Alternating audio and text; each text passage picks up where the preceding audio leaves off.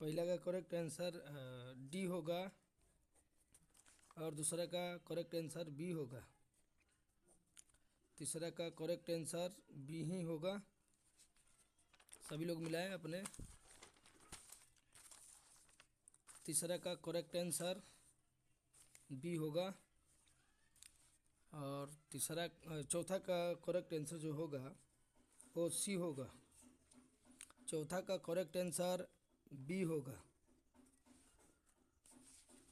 5-6 question हो गए। छठवां क्वेश्चन के निम्नलिखित किस बिंदु से गुजरती है? तो इसका जो करेक्ट आंसर होगा उसका सी होगा।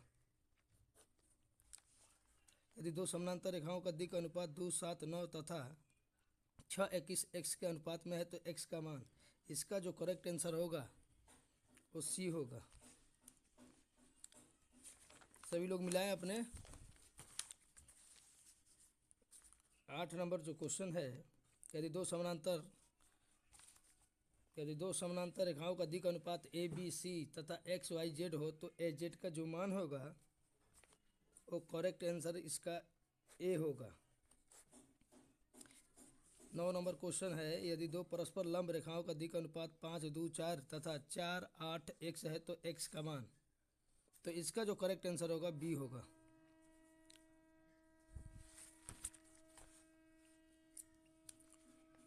दसवां नंबर क्वेश्चन है, तल 9x - 8y + 7z = 10 के समानांतर एक तल समीकरण होगा। तो क्वेश्चन नंबर 10 का जो करेक्ट आंसर होगा वो बी होगा। क्वेश्चन नंबर 11 डिफरेंशिएशन पूछा है sec square x - tan square x का। आप सभी लोग जानते हैं कि sec square x - tan square x का जो मान होता है 1 होता है। 1 का डिफरेंशिएशन 0 होता है, जो कि 11 का करेक्ट आंसर डी होगा। क्वेश्चन नंबर 12 का डिफरेंशिएशन ही पूछा है जिसका करेक्ट आंसर सी होगा। क्वेश्चन नंबर 13 लिमिट लगा के डिफरेंशिएशन पूछा है जिसका करेक्ट आंसर डी होगा। यह 100% क्वेश्चन आंसर एकदम करेक्ट है, आप कहीं भी मिला सकते हैं सभी लोग। क्वेश्चन नंबर 14 डिफरेंशिएशन पूछा है साइन इनवर्स 2x का। साइन इनवर्स का √1 - x² तो होता ही है, लेकिन 2x है तो इसका करेक्ट आंसर जो होगा सी होगा। क्वेश्चन नंबर 15 जो है इसका डिफरेंशिएशन पूछा है, इसका जो करेक्ट आंसर होगा बी होगा। क्वेश्चन नंबर 16 का डिफरेंशिएशन पूछा है, सभी लोग जानते हैं ये फार्मूला सीधा सीधा पूछा है। √x का 1/2 √x होता है, 2 बाहर रहेगा तो 2 कट जाएगा, तो इसका करेक्ट आंसर सी होगा। क्वेश्चन नंबर 17 का जो करेक्ट आंसर होगा, ये डिफरेंशिएशन सीधा फार्मूला पर पूछा हुआ है, इसका करेक्ट आंसर ए होगा। क्वेश्चन नंबर 18 भी डिफरेंशिएशन पूछा हुआ है, इसका जो करेक्ट आंसर होगा, सभी लोग जानते हैं कि log का 1/x होता है डिफरेंशिएशन। इसको सोल्यूशन करने पर इसका जो आएगा करेक्ट आंसर इसका बी आएगा। क्वेश्चन नंबर 19 भी डिफरेंशिएशन ही पूछा है जिसका करेक्ट आंसर डी होगा। क्वेश्चन नंबर 20 का जो करेक्ट आंसर होगा वो ऑप्शन नंबर सी होगा। करेक्ट क्वेश्चन नंबर 21 ये इंटीग्रेशन पूछा हुआ है अल्फा बीटा, जो सॉल्व करिएगा तो आपका करेक्ट आंसर सी आएगा।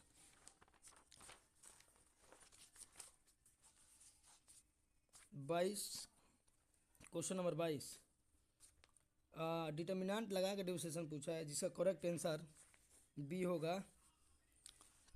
और क्वेश्चन नंबर 23 जो है डिफरेंशिएशन नहीं है लेकिन लिमिट लगा के पूछा है जिसका करेक्ट आंसर ए होगा। सभी लोग मिला लें, एक भी क्वेश्चन में डाउट नहीं है, ना डाउट होगा, सारे क्वेश्चन सही है, ठीक है। इसका करेक्ट आंसर 24 नंबर क्वेश्चन का करेक्ट आंसर डी होगा। क्वेश्चन नंबर 25 का करेक्ट आंसर सी होगा। क्वेश्चन नंबर 26 डिफरेंशिएशन पूछा है, सीधा सीधा फार्मूला होता है sin inverse 2x √1 - x² 2 sin inverse x का, जो इसका करेक्ट आंसर होगा वो सी होगा। क्वेश्चन नंबर 27 इंटीग्रेशन पूछा है, तो इसका होगा आप लोग करेक्ट आंसर, इसको सोल्व कीजिएगा तो इसका करेक्ट आंसर सी निकलेगा। क्वेश्चन नंबर 28 डिफरेंशिएशन पूछा है डिटर्मिनेंट लगा के जिसका करेक्ट आंसर बी होगा। 29 नंबर क्वेश्चन, जिसका करेक्ट आंसर बी होगा।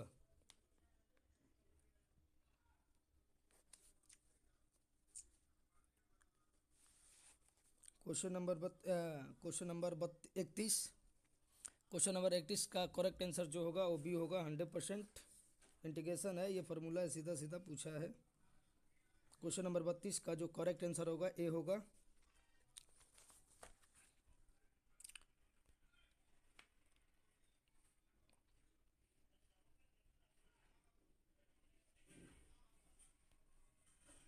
क्वेश्चन नंबर 33 डिप्रिसिएशन पूछा है, जिसका करेक्ट आंसर बी होगा। क्वेश्चन नंबर 34 का भी करेक्ट आंसर ए होगा। इंटीग्रेशन पूछा है। क्वेश्चन नंबर 35 का करेक्ट आंसर बी होगा। और क्वेश्चन नंबर 36 का करेक्ट आंसर सी होगा। क्वेश्चन नंबर 37 का करेक्ट आंसर सी होगा। क्वेश्चन नंबर 38 का करेक्ट आंसर ए होगा। और क्वेश्चन नंबर 39 का करेक्ट आंसर बी होगा।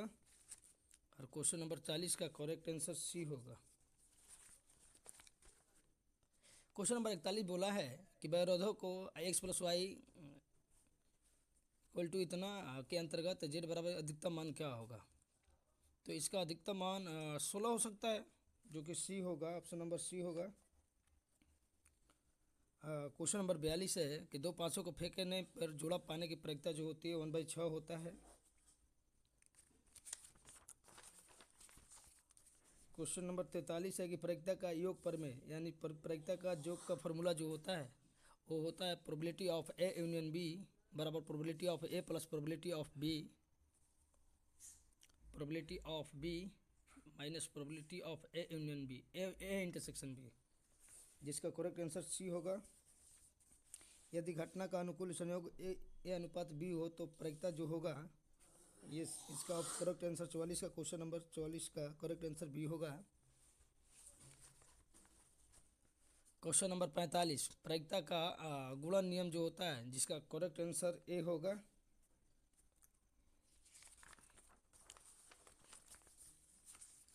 छियालीस नंबर क्वेश्चन का करेक्ट आंसर सी होगा। और 47 नंबर क्वेश्चन का करेक्ट आंसर ए होगा। और 48 नंबर क्वेश्चन का करेक्ट आंसर सी होगा।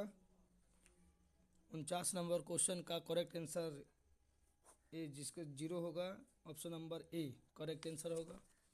50 नंबर क्वेश्चन का करेक्ट आंसर जो होगा सी होगा। और 51 नंबर क्वेश्चन का करेक्ट आंसर ए होगा।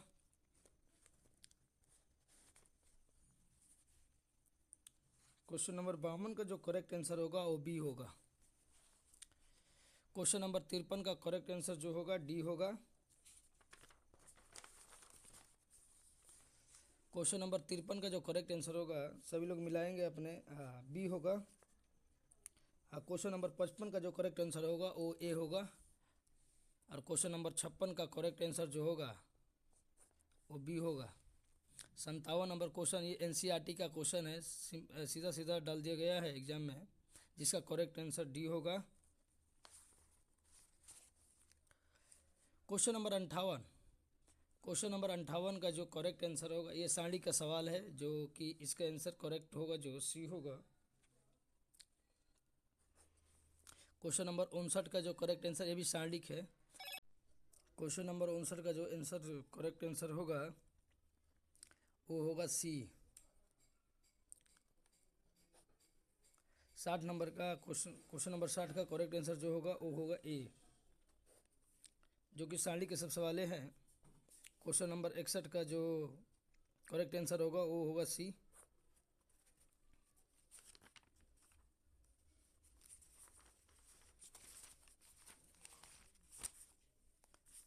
क्वेश्चन नंबर 62 जो इंटीग्रेशन पूछा हुआ है इसका करेक्ट आंसर बी होगा। क्वेश्चन नंबर 63 का जो ये प्रोबेबिलिटी का ही क्वेश्चन है जिसका करेक्ट आंसर डी होगा। क्वेश्चन नंबर 64 का यदि संक्रियाएं 0 इस प्रकार परिभाषित है कि ए ओ बी ए क्यू प्लस बी क्यू तो 4O equal two into 1O2 का मान क्या होगा, जो कि 64 का करेक्ट आंसर ए होगा। क्वेश्चन नंबर 65 का जो करेक्ट आंसर होगा, अब बोला है कि फंक्शन जो होता है ए बी अच्छे एक फलन होगा यदि जब यही तभी तभी होता है जब फंक्शन ए जो होता है बी के बराबर होता है, जिसका करेक्ट आंसर बी होगा। Question number C, function 3x-4, तो इसका जो होगा इन्वर्स जो होगा, इन्वर्स इसका जो 1/3x+4 होगा। ओ, इसका जो आंसर होगा करेक्ट आंसर ए होगा। 67 नंबर क्वेश्चन, 67 नंबर क्वेश्चन है, यदि संक्रिया है, ये भी मान उसी तरह है, आप डाल के निकाल सकते हैं, जिसका करेक्ट आंसर 67 का जो होगा ए होगा। और क्वेश्चन नंबर 68 का जो करेक्ट आंसर होगा वो बी होगा। फैक्टोरियल का सवाल है। क्वेश्चन नंबर 59 का जो करेक्ट आंसर होगा 69 का ए होगा। ये सब ट्रिग्नोमेट्री, इन्वर्स ट्रिग्नोमेट्री का सवाल है। हाँ, ये जो 70 का करेक्ट आंसर होगा वो ए होगा। और क्वेश्चन नंबर 71 का जो करेक्ट आंसर होगा वो बी होगा। क्वेश्चन नंबर 72 का जो करेक्ट आंसर होगा वो भी बी होगा। मैं ज़्यादा टाइम नहीं लेता हूँ, न लेने की कोशिश कर रहा हूँ। मैं ये सोच रहा हूँ कि जितना जल्दी आप लोग को मिलवा दें और मिला के अपन अगले पेपर की तैयारी करें अच्छे से।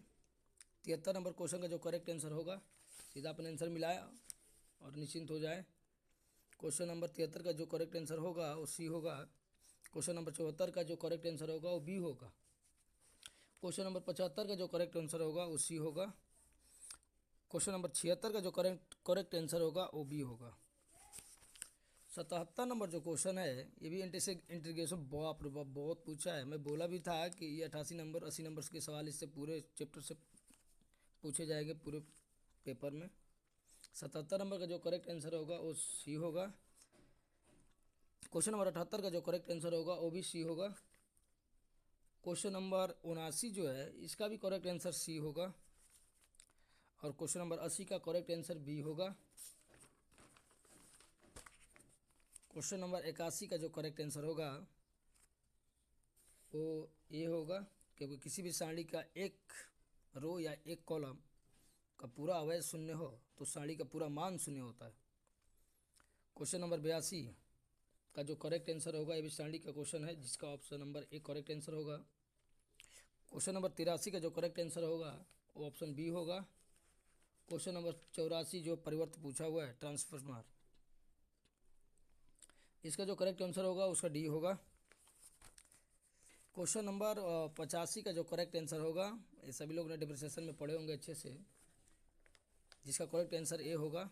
क्वेश्चन नंबर 86 का करेक्ट आंसर बी होगा, ये मैट्रिक्स का सवाल है। क्वेश्चन नंबर 87 जो ए का मान आव्यूह में दिया हुआ है ये आई कहलाता है, तत्सम आव्यूह, इसका पावर कुछ भी कीजिएगा वही रहेगा, जिसका करेक्ट आंसर सी होगा। क्वेश्चन नंबर 88 का करेक्ट आंसर सी होगा। क्वेश्चन नंबर 89 जो है उसका करेक्ट आंसर जो होगा सी होगा, गुणा का है, मैट्रिक्स गुणन का है। क्वेश्चन नंबर 90 इसका भी जो करेक्ट आंसर होगा वो डी होगा, मैट्रिक्स गुणन का है। ये वेक्टर का सवाल आया है।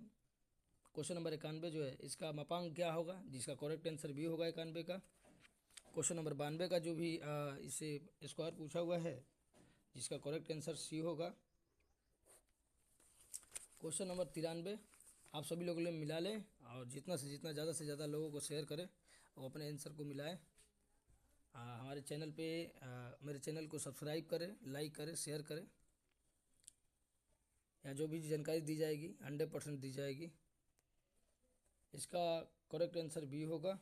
क्वेश्चन नंबर 93 का करेक्ट आंसर बी होगा। और क्वेश्चन नंबर 94 का जो करेक्ट आंसर होगा वो सी होगा। क्वेश्चन नंबर 95 का करेक्ट आंसर बी होगा।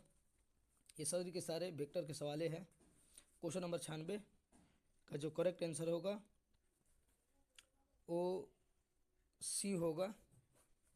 क्वेश्चन नंबर 97 का करेक्ट आंसर जो होगा सी होगा, ये भी वेक्टर का सवाल है। क्वेश्चन नंबर 98 का जो करेक्ट आंसर होगा वो सी होगा, ये भी वेक्टर का सवाल है। क्वेश्चन नंबर 99 है, निम्नलिखित में कौन सा उद्देश्य फलन है? उद्देश्य फलन सी, ऑप्शन नंबर सी है। व्यवरोधों को x प्लस वाई, ये जो फैक्स 35 है अंतर्गत, इसका अधिकतम मान क्या होगा? इसका अधिकतम मान 70 हो सकता है। जो क्वेश्चन नंबर 100 का करेक्ट आंसर सी होगा। सभी लोग मिलाएं और सभी लोग को शेयर करें, जितना जल्द से जल्द मिला ले। मेरे चैनल को लॉ मैथ्स सब्सक्राइब करें, लाइक करें और शेयर करें। थैंक्स।